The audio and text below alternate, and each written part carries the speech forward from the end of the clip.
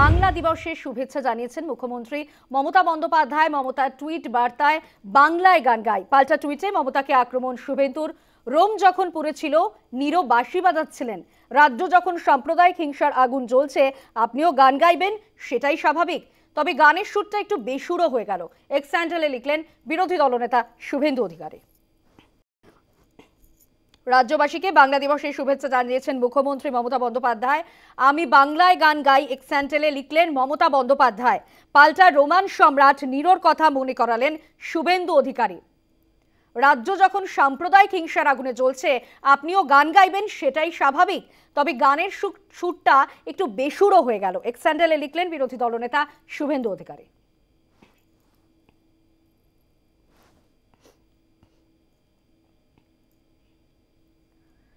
ইতিমধ্যেই আপনারা জানেন যে ওয়াকফের প্রতিবাদে রাজ্যের বিভিন্ন জায়গায় কিন্তু অশান্তির ঘটনা, হিংসার ঘটনা ঘটেছে এবং এখনো কিন্তু থমথমে মুর্শিদাবাদের বিস্তীর্ণ এলাকা। বহু এলাকায় জারি রয়েছে 163 ধারা, বন্ধ রয়েছে ইন্টারনেট, টহল দিচ্ছে পুলিশ এবং কেন্দ্রীয় বাহিনী। নববর্ষে বাংলা দিবসের শুভেচ্ছা জানিয়েছেন মুখ্যমন্ত্রী মমতা বন্দ্যোপাধ্যায়।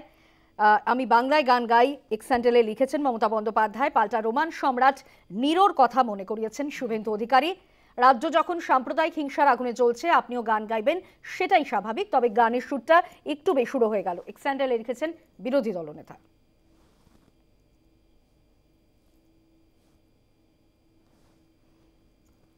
এখনো ঘর ছাড়া বহু মানুষ, গ্রামের বাসিন্দারা তারা এখনো ঘরে ফিরতে পারেননি। আপনারা জানেন যে ইতিমধ্যেই মালদার ত্রাণ শিবিরে আশ্রয় নিয়েছিলেন বহু মানুষ। মুর্শিদাবাদের যে ভয়ঙ্কর কাণ্ড ঘটেছিল, যেভাবে আমরা দেখেছি 3 জনের মৃত্যু পর্যন্ত হয়েছে, ওয়াকফের প্রতিবাদে আমরা দেখেছিলাম মুর্শিদাবাদ যেভাবে জ্বলে উঠেছিল মুর্শিদাবাদের বিস্তীর্ণ এলাকায় হিংসার ঘটনায়। এবং এরই প্রেক্ষিতে আমরা দেখেছি যে বিভিন্ন জায়গায় এখনো পুলিশ টহল দিচ্ছে, কোনো কোনো জায়গায় দোকানপাট এখনো বন্ধ রয়েছে, রাস্তা জনশূন্য রয়েছে, চোখে মুখে এখনো আতঙ্ক রয়েছে এলাকাবাসীর। ইতিমধ্যেই নববর্ষে বাংলা দিবসের শুভেচ্ছা জানিয়েছেন মুখ্যমন্ত্রী। আমি বাংলায় গান গাই এক্স হ্যান্ডেলে লিখেছেন তিনি এবং তাঁরই প্রেক্ষিতে শুভেন্দু অধিকারী নিশানা করেছেন। তিনি বলেছেন রাজ্যে যখন সাম্প্রদায়িক হিংসার আগুন জ্বলছে সেখানে আপনিও গান গাইবেন, সেটাই স্বাভাবিক। তবে গানের সুরটা একটু বেসুরো হয়ে গেল, এক্স হ্যান্ডেলে এমনভাবেই আক্রমণ শানিয়েছেন বিরোধী দলনেতা।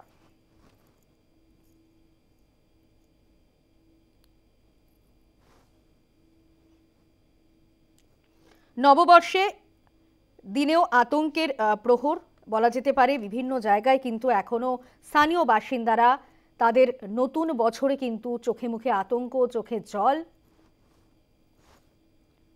এবং তারই প্রেক্ষিতে শুভেন্দু অধিকারী মমতা বন্দ্যোপাধ্যায়ের আমি বাংলায় গান গাই যে এক্স হ্যান্ডেলে লিখেছেন তারই প্রেক্ষিতে নিশানা করেছেন। তিনি বলেছেন রাজ্য যখন সাম্প্রদায়িক আগুনে জ্বলছে আপনিও গান গাইবেন, সেটাই স্বাভাবিক। কিন্তু গানের সুরটা একটু বেসুরো হয়ে গেল, এমনভাবেই আক্রমণ শানিয়েছেন বিরোধী দলনেতা। এবং এরই পাশাপাশি মমতাকে আক্রমণ শানিয়েছেন দিলীপ ঘোষ। নববর্ষে রবীন্দ্রসঙ্গীত, নজরুল গীতি না, বোম বন্দুকের আওয়াজ শুনতে হচ্ছে, ঘর ছাড়াদের কান্না শুনতে হচ্ছে বললেন প্রাক্তন বিজেপি সাংসদ দিলীপ ঘোষ। রাজ্যবাসীকে নববর্ষের শুভেচ্ছা। আশা করব এই সমস্ত অন্ধকার ঝঞ্ঝা কেটে গিয়ে আমরা ভালো দিনের অপেক্ষায় ভালো দিনের পাবো। কিন্তু যে পরিস্থিতির মধ্যে আজকে নববর্ষ পালন করতে হচ্ছে খুবই দুর্ভাগ্যজনক। এই ধরনের পরিস্থিতির মধ্যে নতুন বছর শুরু হবে, বাঙালি বাড়ি ছাড়া হবে নববর্ষে, এটা আমরা কোনোদিন ভাবিনি। যারা বাঙালি বাঙালি বলে বাঙালিকে আর তোল্লাই দেওয়ার ঠেকা নিয়েছেন, তারা গুজরাট থেকে ইউসুফ পাঠানকে নিয়ে আসছেন, বিহার থেকে বিহারি বাবুকে নিয়ে আসছেন, শত্রুঘ্ন সিনহাকে। একদিন আজাদ কাশ্মীর জানতাম, এখন অন্য একজন আজাদ এসে গেছেন, তিনি বাঙালির প্রতিনিধি হিসাবে লোকসভায় যাচ্ছেন। এরা হচ্ছেন পশ্চিমবাংলার প্রতিনিধি, বাঙালির প্রতিনিধি লোকসভায় প্রতিনিধিত্ব করছেন। আর যে বাঙালি তারা বাংলা ছেড়ে অন্য রাজ্যে বা অন্য জেলায় চলে যাচ্ছে। এই ভয়ঙ্কর পরিস্থিতি, আর তার মাঝখানে আমরা নববর্ষ পালন করতে এসেছি। কোথায় রবীন্দ্রসঙ্গীত শুনবো, কোথায় নজরুল গীতি শুনবো, চারদিকে বোম বন্দুকের আওয়াজ শুনতে হচ্ছে, ঘর ছাড়াদের হাহাকার শুনতে হচ্ছে। এর চেয়ে দুর্ভাগ্যের দুঃখের দিন পশ্চিমবাংলার কি হতে পারে।